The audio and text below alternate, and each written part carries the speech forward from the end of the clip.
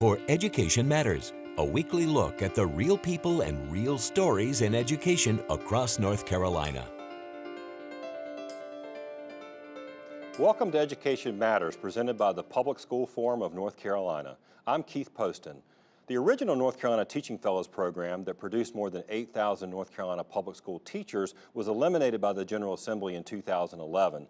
This year, state legislators created a new version of the program targeting STEM and special education teachers, as well as incentivizing teaching in low-performing schools. Today on the show, we're going to talk with deans from two of the schools of education recently selected for the inaugural class of new teaching fellows. We'll also chat with two leading education reporters about what's making headlines in education across the state. Before we tackle our main topic, we open with our own headlines, a quick scan of education headlines across North Carolina and the U.S. Wake County School Superintendent Jim Merrill announced his retirement last week at a meeting of the Wake County School Board. Merrill, 67, will officially retire February 1st, 2018. Jim Merrill started as superintendent in 2013 and was named State Superintendent of the Year last year. He was also a finalist for National Superintendent of the Year. Wake School Board Chairwoman Monica Johnson Hostler said the board would move to quickly fill the position and will discuss next steps at its December 5th meeting. In case you didn't know, Wake County Public Schools is the state's largest school district. Robeson County school leaders have until February 1st, 2018 to decide what to do with Southside Ashpole Elementary School. Southside Ashpole was selected to become the first and at this time only school to become part of the new North Carolina Innovative School District, an initiative that would turn over operations of some low-performing schools to charter school operators. Despite local opposition from many parents and community leaders after being named to the short list, the ISD and the state board moved forward with the selection. By law, Robeson County must now hand over operations or close the school. School board leaders said last week they were undecided on next steps and would be seeking additional answers from the state and input from the community. The ISD takeover model has been controversial since the start, borrowing its design from a similar effort in Tennessee. Finally, yet another new study is out about the benefits of early childhood education. The study, which was published in the journal Educational Researcher, found that kids who attended a high-quality preschool program were 11% more likely to graduate high school. They were also 8% less likely to be held back or placed in special education. According to the study's authors, these results provide further evidence for expanding access to high-quality preschool. About 27,000 kids are currently enrolled in North Carolina's pre-K program for military and low-income families, with another 4,000 on the program's wait list. Remember, you can visit the Public School Forum's website at ncforum.org, click on Education Matters, and read more about each of these headlines, as well as other topics we cover each week. As I said at the top of the show, we're going to talk about the new Teaching Fellows program today. And joining us for the first segment are two deans from schools that were recently selected to be part of the program. We have Mary Ann Danowitz. She is the dean of the NC State College of Education, also the chair of the new North Carolina Teaching Fellows Commission.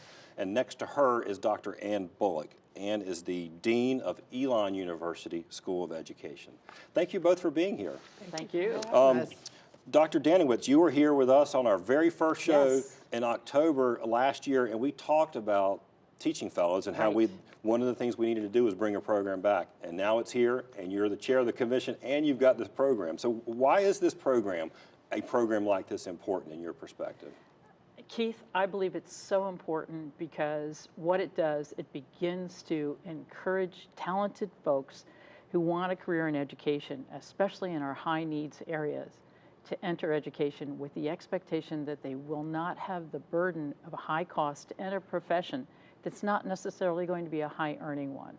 It also, I think, really represents a significant statement on the part of our legislature that education is an important investment for the state in terms of building our future workforce.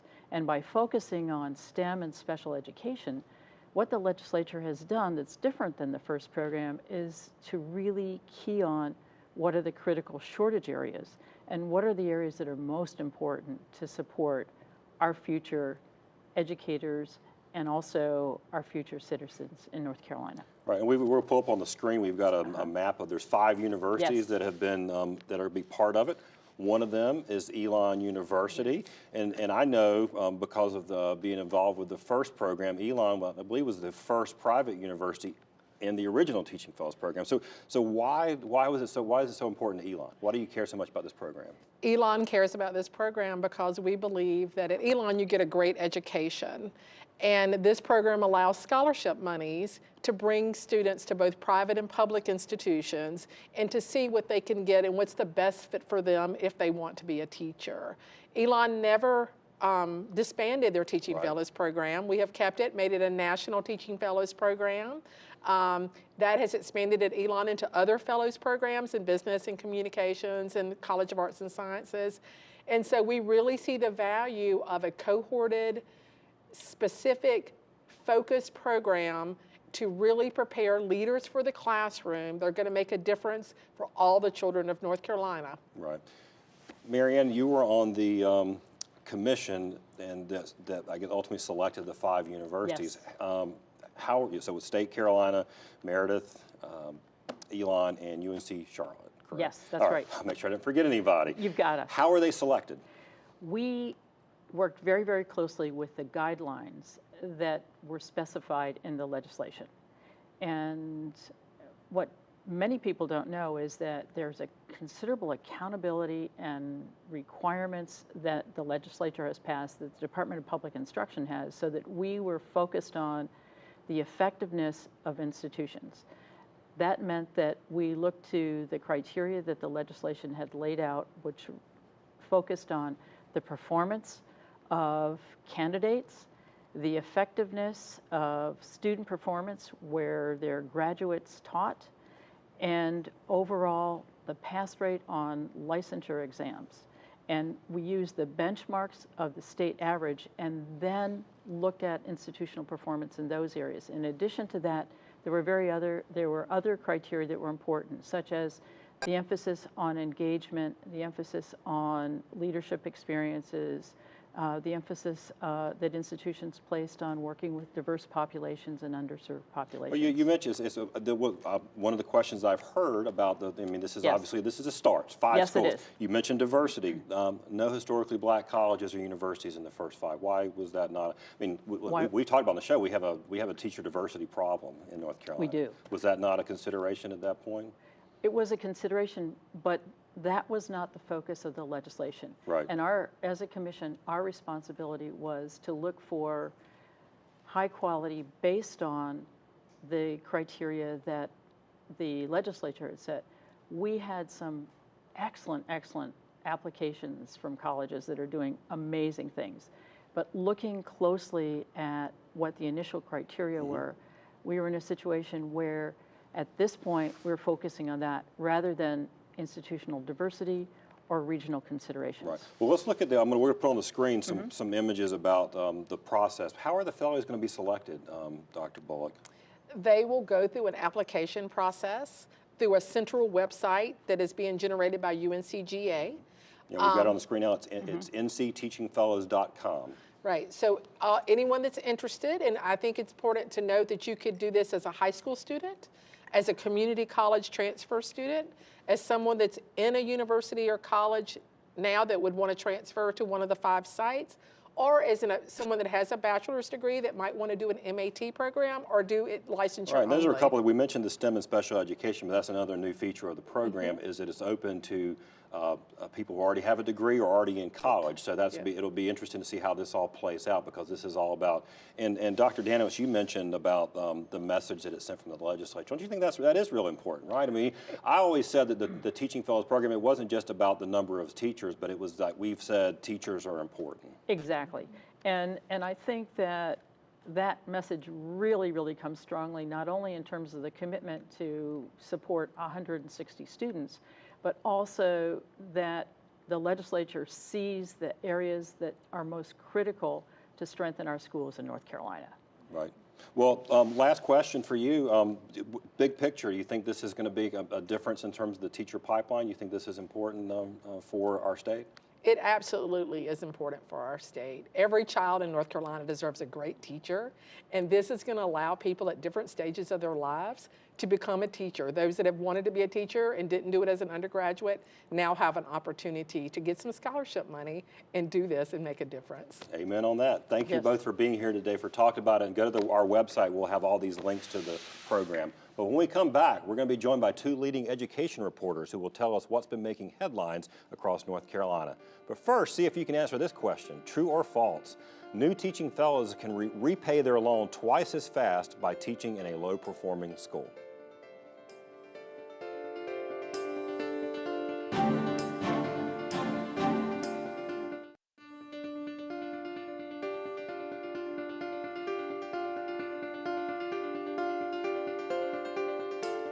Welcome back to Education Matters. Did you correctly answer true? Students can repay their forgivable loan twice as fast if they choose to teach in a low-performing public school. Joining us now to discuss what is hot and happening in education news are two of the best reporters in education in North Carolina. Thank you. We have Lisa Phillip, who is an education reporter at WUNC Radio, and Kelly Hinchcliffe, education reporter, WRAL News. Thank you both for coming today. All right, so I keep up with everything that you cover, but tell me a little bit about what are some of the recent things. I'll start with you, Kelly. What have you been covering? Sort of what's been, other than, I guess you've been covering the lawsuits between the state board and the superintendent a lot. Yes, for the past year, I've been covering the ongoing lawsuit between the state board and new state superintendent Mark Johnson. And actually that lawsuit was filed last December, so we're coming up on the 1-year anniversary of it. And basically, for people who might not know, it's basically a power struggle between the two of who has control of our state's public school system. You're talking about a $10 billion school system with 1.5 million students, and each wants to be able to control the budget, to be able to control who is hired and fired at the Department of Public Instruction. So we've been following that very closely. What about you, Lisa? What's been, from your perch, you've been covering a lot of things happening in Chapel Hill. I know that I just read a couple of stories about the Silent Sam fight. That was one of the things. Right. I recently started covering the UNC system, particularly the Board of Governors. You've probably noticed people have been paying a lot of attention to that board these past few months just because of sort of an increasing tendency for the board to reach down into campuses and take actions more seen as micromanaging, I guess, than they have been seen in the past. And with the Silent Sam sort of controversy that also rose in recent months, it's a Confederate monument on campus that a lot of students and faculty have come out in protest and have requested that it be removed. Yeah, I think the School of Ed and some others, they just released something this week. Yes. In fact, we had, you may recall, we had President Spellings on the week of Charlottesville, right when all that was first sort of spinning up. But yeah, what else has been going on? What else have you been covering? So I've been recently doing some reporting on just the lack of teacher diversity in the state. I was just recently aired a story about the fact that the 80% of the teachers in North Carolina are white, and I wanted to explore some of the causes for this, and spoke with the executive director of the NCAACP and had some interesting conversations about how Black and Latino students are feeling in classrooms and how that impacts their feelings towards going into teaching, because there are disparities in school discipline and teacher expectations for minority students. The teaching profession isn't necessarily something that they want to go into.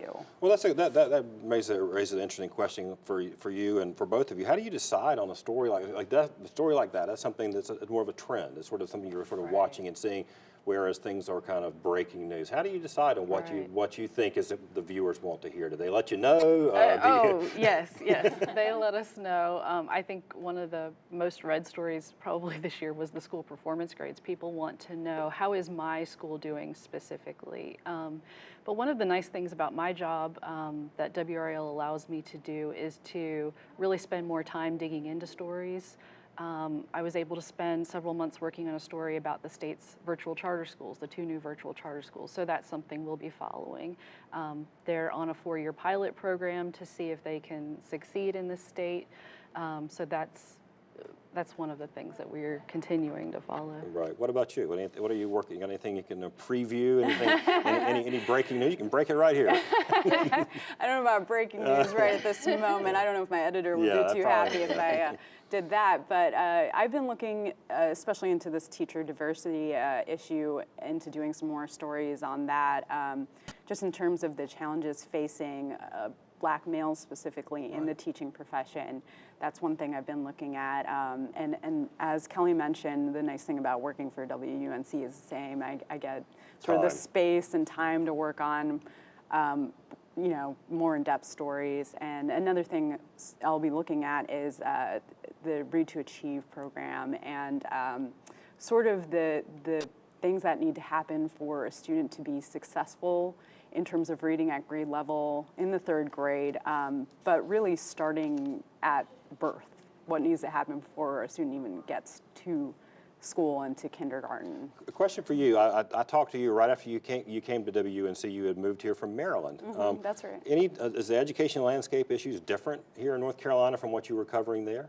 So I was covering a pretty well-off county in between DC and Baltimore. So there were a lot of federal workers there. There was a pretty big tax base for the schools, and also it was one of those counties where people were moving there to send their kids to school there. But despite that, the school system still dealt with some of the same issues like equity. Equity was huge there. I mean, you would think that it wouldn't be a problem just because there are more resources to sort of address these issues. But when I was there, the school system started publishing discipline data, and it turned out that Black students were being suspended 7 times more frequently than white students. So that system was dealing, as much of Maryland is, despite the level of resources they have in comparison to this state, they're still dealing with these issues of equity. Right. Last question for you, Kelly. If people follow you on Twitter, they may have seen you as a records geek. Records geek, and a lot of people think that I collect music records. But I don't. No. But it's about public records. information records. Right. What role do public, like finding public information out, play into your job? Huge part. I think that it's one of the most useful tools that a reporter has is filing public records requests, trying to find documents and data that can help shine a light on some of the things that you're looking into. And you know, one of the important things is these are not my records. It's not just for reporters to request. The public can request them. Anybody can. And I just want to say that I think that we're talking about stories and listening to Lisa and thinking about we have such a strong education reporters in this state. Well, we appreciate. And I'm just glad to work alongside Well, them. you, like I said, you guys do some terrific work. We appreciate it. Keep digging. Keep digging on everything. Thank you very much. Thank you. After the break, this week's Leadership Spotlight.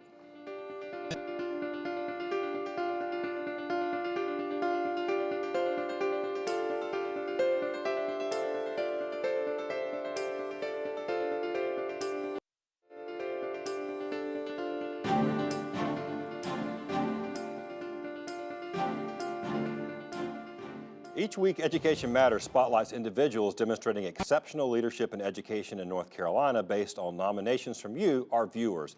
This week, we spotlight Dr. Camille Hedrick, principal of Panther Creek High School in Wake County. So resources in a school can make or break a school. And what I mean by that is what resources you get, but also what you do with your resources. My resources are people, my resources are time, my resources are all the things that feed into giving my students what they need. I believe that the people at the table make the decisions. I have a lot of trust in whoever is at whatever table. For example, it's not my job to decide if we have staff development money or not. It is, however, my job to make sure that my teachers get staff development. So if I don't get staff development money from the state, and I don't get staff development money from anybody else, then I rent my building and I get staff development money from there. I find it somewhere else. If I don't have money for classroom libraries, then I put the word out to my families and I say, we'd like to have classroom libraries, and the families find the classroom libraries. So in a lot of our classrooms, you'll see shelves where teachers have science resources and history resources and world language culture resources and English books. We find that students who read more score better, and they are better students, and they are happier students. Anyone who is a struggling reader, who reads for 5 minutes more a day becomes a better reader. They grow. And so we believe it's important to build reading into our day. So if we believe they matter, then we have to commit to it and we have to find a way to make it happen. We don't, however, have a lot of money. No school has a lot of money.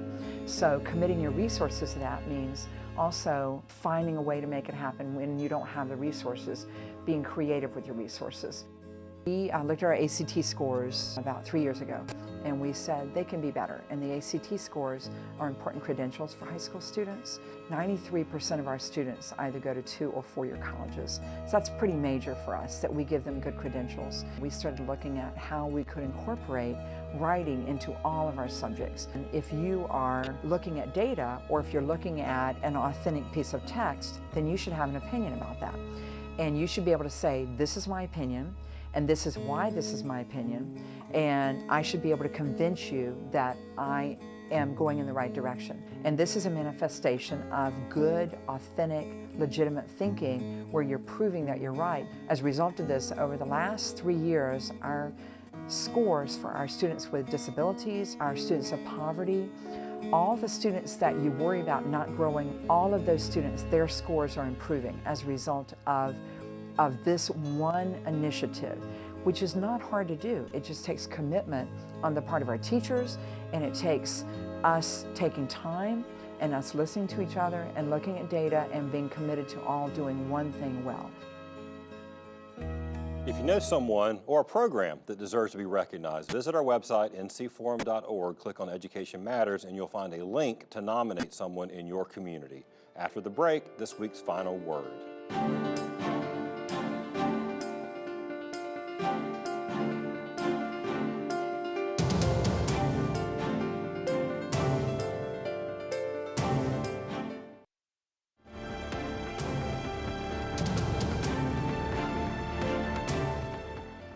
As some of you know, the Public School Forum that presents this show to you each week developed the original North Carolina Teaching Fellows program, and we proudly administered it for the state for 29 years. Our last class of 500 Teaching Fellows graduated in May 2015. I run into Teaching Fellows all the time as I travel the state, and we actually have a North Carolina Teaching Fellows alumni group on Facebook if you want to connect with other Fellows alums. But one of the reasons why we're so proud of that program is how long Teaching Fellows stay in teaching. The program graduated more than 8,000 teaching fellows, and 64% were still in the public school system 6 or more years after completing the required years of service in our public schools. Now, the new program has the same name, but with some differences. First, it targets STEM and special education teachers, the 2 hardest subjects to staff year in and year out. The program also provides an incentive to teach in a low-performing school, providing faster payback of what is a forgivable loan. Both of these are great ideas. The program also has a pathway for current college students and for those who already have a bachelor's degree who wish to enroll in a teacher preparation program. Now, while the new Fellows program offers a higher scholarship dollar amount, it is a smaller effort overall, currently funded to be about 160 teaching fellows each year compared to 500 in the original version. It's also only found on 5 campuses. When it ended, the original program was on 17 campuses. We hope that our legislators and our university partners will grow and expand the program, adding more fellows, more program support, and more university partners, including our historically black colleges and universities. Given our diversity challenged teaching workforce, strengthening our teacher pipeline is important. This will take time and a sustained commitment. The new North Carolina Teaching Fellows program is a great way to start. The online application to apply will be available next week at their website, the new website, ncteachingfellows.com.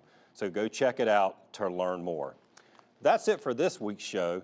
Tune in next week when we visit 2 area schools that are using technology to personalize learning for their students. Thanks for watching, and we'll see you next week.